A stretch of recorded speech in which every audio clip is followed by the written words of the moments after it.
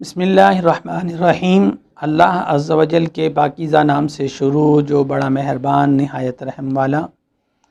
ایک سوال آیا ہے کہ کیا ہیپاٹائٹس کا علاج طب یونانی میں موجود ہے یا نہیں؟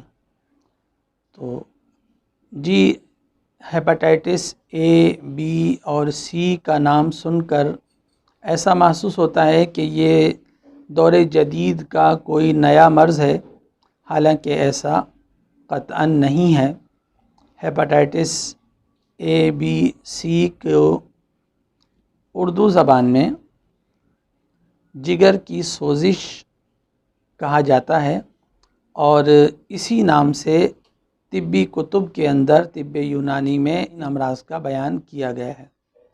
ہیپاٹائٹس اے جسے کہا جاتا ہے، اصل میں یہ جگر کے ورم کا نام ہے کہ اس مرض میں جگر انسان کا پھول جاتا ہے اور اس کا سائز انکریز ہو جاتا ہے، جسے ہیپاٹائٹس اے کے نام سے موسوم کیا جاتا ہے۔ اس کے ساتھ ہیپاٹائٹس بی جسے سمجھا جاتا ہے، ہیپاٹائٹس بی جگر کے سخت ورم کا نام ہے کہ جب انسان کا جگر ٹاکسٹی کی وجہ سے اپنے اندر تناؤ اور سختی پیدا کر کر جگر سخت ہو جائے اور اس کے راستوں میں رکاوٹیں پیدا ہو جائیں، تو اسے ہیپاٹائٹس بی کہا جاتا ہے، جسے کالا یرقان بھی کہتے ہیں۔ اور جب ہیپاٹائٹس بی اپنی آخری حد کو پہنچتا ہے تو یہ ہیپاٹائٹس سی میں کنورٹ ہو جاتا ہے، اور اس کی حالت یہ ہوتی ہے کہ اس کنڈیشن میں جگر سکڑ کر اپنا سائز چھوٹا کر لیتا ہے اور اس کے ساتھ پیٹ میں پانی وغیرہ بھرنے کی شکایت پیدا ہو جاتی ہے۔ اس طریقے سے اس کو اے، بی، سی کہا جاتا ہے۔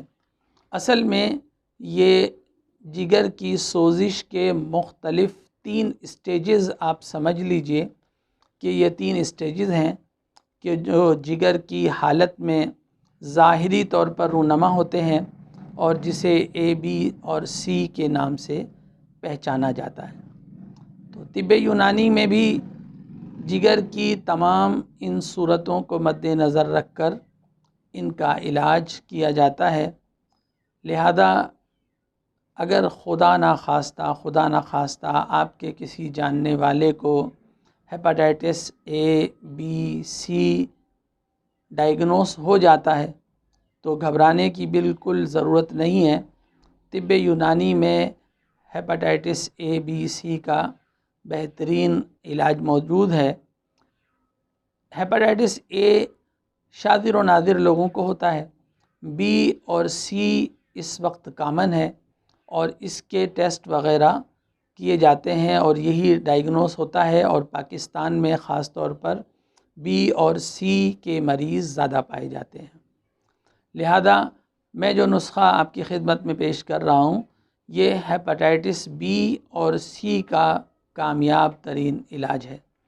اس نسخے کو آپ لکھ بھی لیجئے، اپنے پاس رکھیے، اور جو احباب اس کو بنا کر استعمال کرنا چاہیں تو یہ طب یونانی کا عظیم شاہکار نسخہ ہے، جسے پیش کرنے کا سہرا ملک کے مشہور و معروف نابغہ روزگار شخصیت جالینوس کے جانی اور شیخ بو علی سینا کے ثانی الحاج دوست محمد صابر ملتانی صاحب نے یہ نسخہ پیش کیا ہے، اور واقعی یہ نسخہ نظریہ مفرد اعضاء کی بہترین کامیابی کا ایک منہ بولتا ثبوت ہے۔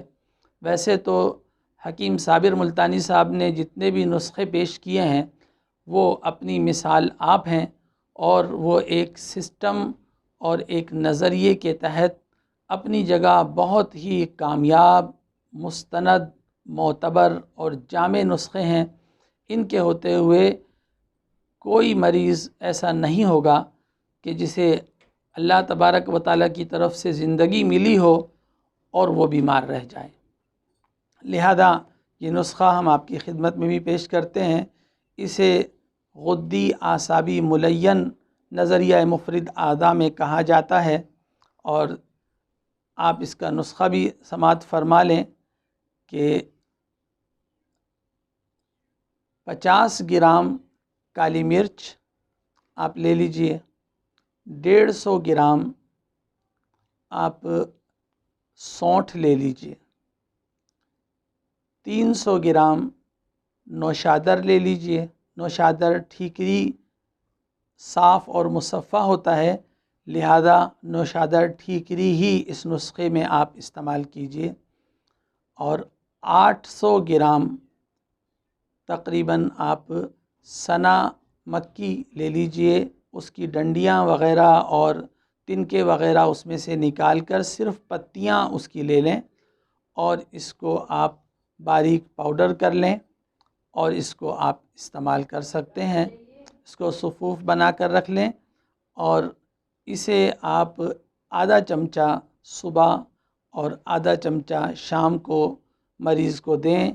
اس سے ہیپاٹائٹس بی اور سی چند مہینوں کے اندر اندر انشاءاللہ تبارک و تعالی مریض صحت یاب ہو جائے گا، اور یہ مرض بالکل مکمل طور پر ختم ہو جائے گا انشاءاللہ۔ اس کے ساتھ ساتھ آپ نے غذا میں بھی خیال رکھنا ہے کہ جب تک مریض ہیپاٹائٹس بی اور سی کا شکار ہے اسے چکنائی ہضم نہیں ہوتی، لہذا مریض کی غذا میں سے چکنی اور لیسدار اشیاء نکال دی جائیں، اور مریض کو گرم تر غذائیں استعمال کروائی جائیں، جس میں بکری کا گوشت، لوکی، ٹنڈے، تورئی وغیرہ ڈال کر اس کا شوربہ، یخنی وغیرہ آپ استعمال کروائیں۔ مرغی کا گوشت بھی شوربے والا بنا کر لوکی ٹنڈے ڈال کر استعمال کر سکتے ہیں۔ لال مرچوں کی جگہ آپ کالی مرچیں استعمال کیجئے۔ موسم کے پھل آپ استعمال کروائیے، انشاءاللہ تعالی ضرور افاقہ ہوگا۔ اللہ تعالی ہم سب کا حامی و ناصر ہو۔ السلام علیکم ورحمۃ اللہ وبرکاتہ۔